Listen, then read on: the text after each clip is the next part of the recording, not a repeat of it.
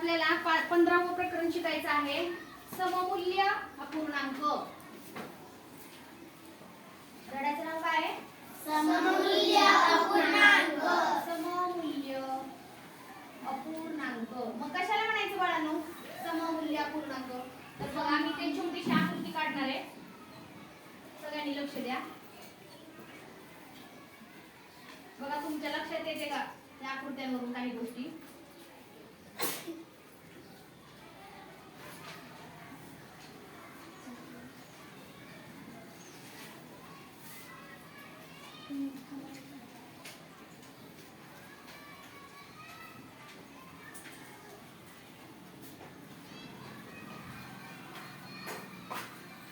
बघा आकृत्या काढल्या तिथं.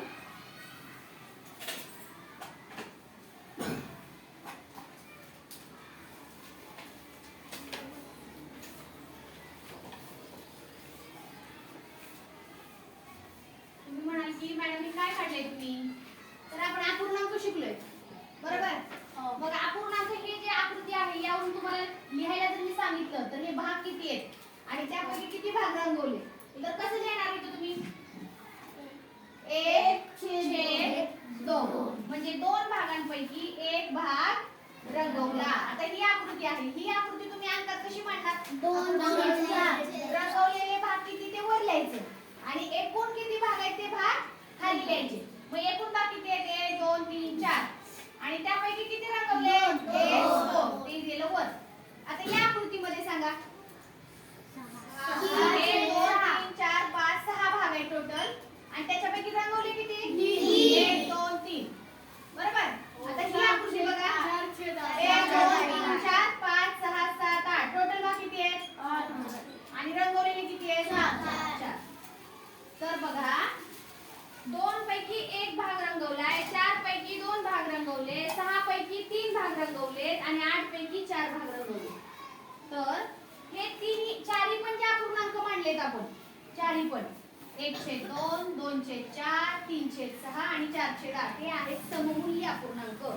म्हणजे सगळ्यांचं मूल्य समानच आहे. काय आहे?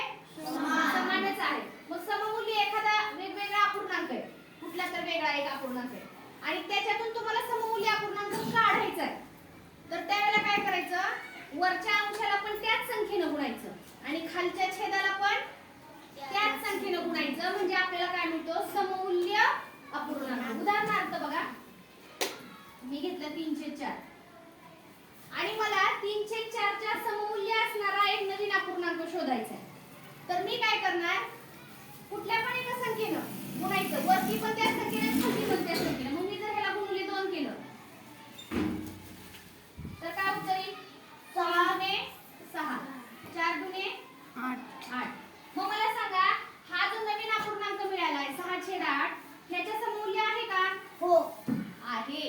म्हणजे कोणत्याही अपूर्णांकाचा सममूल्य अपूर्णांक जर आपल्याला शोधायचा असेल तर कोणत्याही एका संख्येनं वर पण गुणायचं आणि खाली पण गुणायचं. मग आपल्याला त्याच अपूर्णांकाचा सममूल्य अपूर्णांक मिळतो. आता 1/2 1/2 हा कोणाशी सममूल्य आहे? 2/2. कसं काय? बे गुणे किती किंमत आली याची? 1/2. आता हा 3/6 ह्याच्याशी सममूल्य आहे का? आहे. कसं? 3 1 3 3 दुने 6 म्हणजे मूळ अपूर्णांक किती आलाय? 1/2. तो कोणाशी सममूल्य आहे? 1/2 शी. आता हे काय म्हणतात ते बघा 4 1 4 4 दुने 8 म्हणजे मूळ अपूर्णांक किती आलाय? 1/2. म्हणजे ह्या वेगवेगळ्या आकृत्या जरी काढल्या आणि तुम्हाला वेगवेगळे जरी अपूर्णांक दिसत असले तरी ते सगळे काय आहेत? सममूल्य अपूर्णांक. सगळ्या अपूर्णांकाची किंमत काय आहे? समान आहे. मग मला सांगा की तुम्हाला जर एखादा सममूल्य अपूर्णांक तुम्ही शोधायला लावला तर तो तुम्ही कसा शोधणार? भागाकार किंवा वरती पण त्याच संख्येने गुणून आणि खालती पण त्याच संख्येने गुणून. मग आता या धड्यावर काही स्वाध्यायातले प्रश्न आहेत बघा.